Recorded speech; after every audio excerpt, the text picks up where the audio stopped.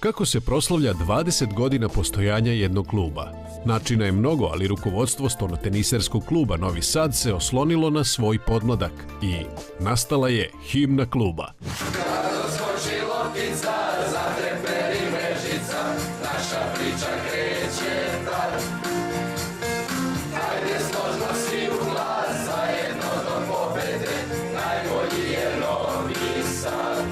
Sigurno da smo i mi doprineli time, svako od nas starijih, kako trenera, tako i rukovodioca, tako i roditelja, ali ipak najviše su deca ta koja su između sebe uticali jedne na druge i kreirali neke ideje koje su se najviše, rekao bih, ove 2016. godine kada proslavljamo jubilej od 20 godina postojanja i realizovale.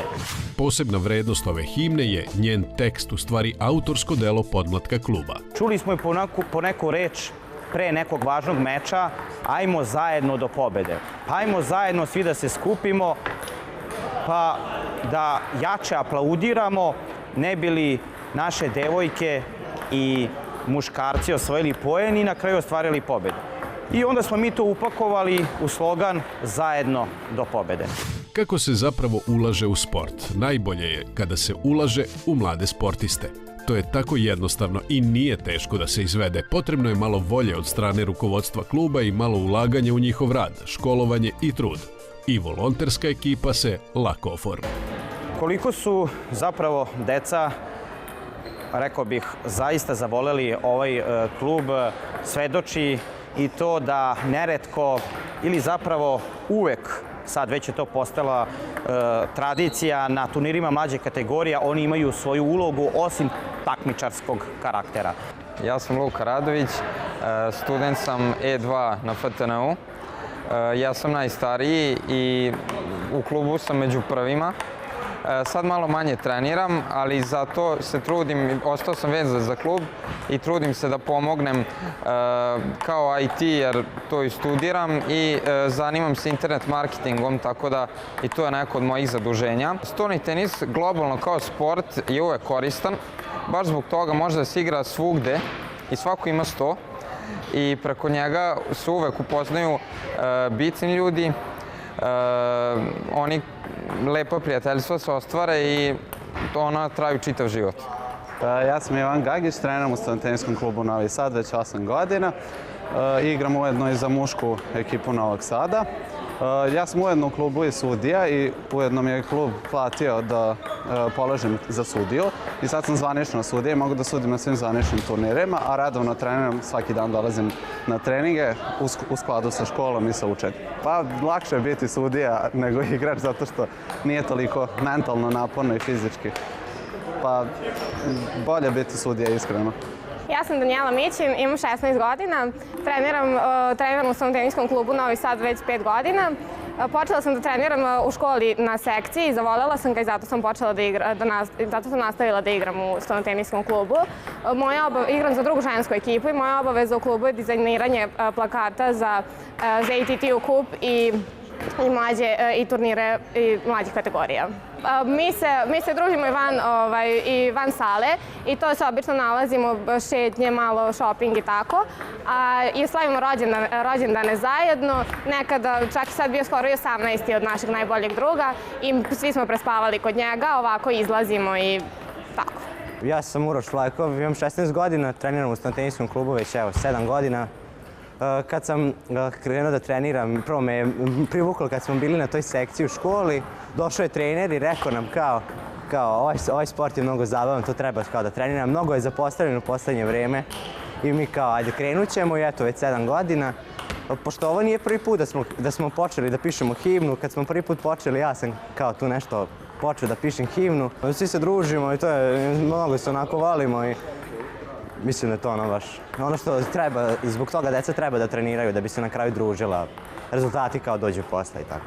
Ja sam Imre Bruš i trener sam ove uspešne dece, kao što ste rekli. Pa kako da vam kažem, to je pomalo hladno, pomalo topla situacija jer je sa njima izuzetno dobro i lepo družiti se, ali imamo te neke trenutke kada moramo malo da stegnemo kaiš i da budemo malo ozbiljniji. Ovi mladi ljudi kažu da su im ova prijateljstva za ceo život, a klub im omogućava da završe obuku za sudije, trenere, da obavljaju praksu u klubu. Biće sigurno mesta za sve koji žele da pomognu klubu.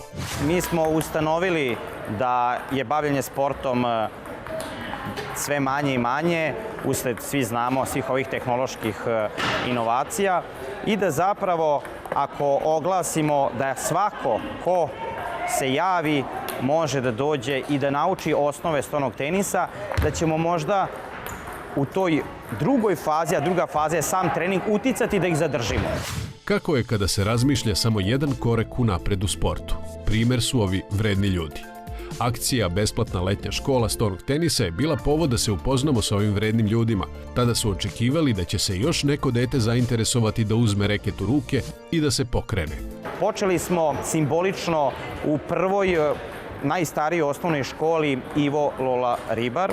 Nakon toga u komšiluku Spensa Branko Radičević, potom u Jovan Popović gde smo i donirali 100 za gluvu i nagluvu decu gde učenici gluvi i nagluvi pohađaju školu i odatle je sve to krenulo. I gro ove dece jesu iz Branko Radičević, Jovan Popović, Ivo Lola Ribar, pa smo kasnije proširili tu akciju, ovo čega ste vi bili svedoci, na periferni deo grada, kao što je Novo naselje. Dečica sa Novog naselja treniraju u sportskom rekreativnom centru Pardon. Leti je besplatna škola, a sada smo najnovije otvorili i na Limanu, gde je u okviru zimskog raspusta takođe besplatna škola. Stoni tenis je igra za mozak. Potrebna je ploča, mreža. Ovaj brzi napadačko-odbrambeni sport s reketom se igra lakšim lopticama na najmanjoj od svih igračkih površina. Kako u fizičkom, tako i psihičkom smislu, jel da? Sad, naravno, kao i svaki sport, fizički se razvijaju deca. Međutim, što bi mogu spomenuti o psihičkom karakteru tog razvoja jeste da je tu reč o individualnom sportu. Prema tome, tu se deca upoznaju sami sa sobom i upoznaju se sa drugim ljudima. Koncentracija, brzina i koordinacija su najvažnije karakteristike koje svaki igrač treba da razvije kako bi uspeo u ovom sportu. Pre svega je to jedan od najboljih rekreativnih sportova. Prema tome, tu može da se čovjek upozna sa mnogo ljudi i lepo da se provede. I kao što smo rekli, individualan je sport, prema tome samog sebe čovjek može da upozna na najbolji način.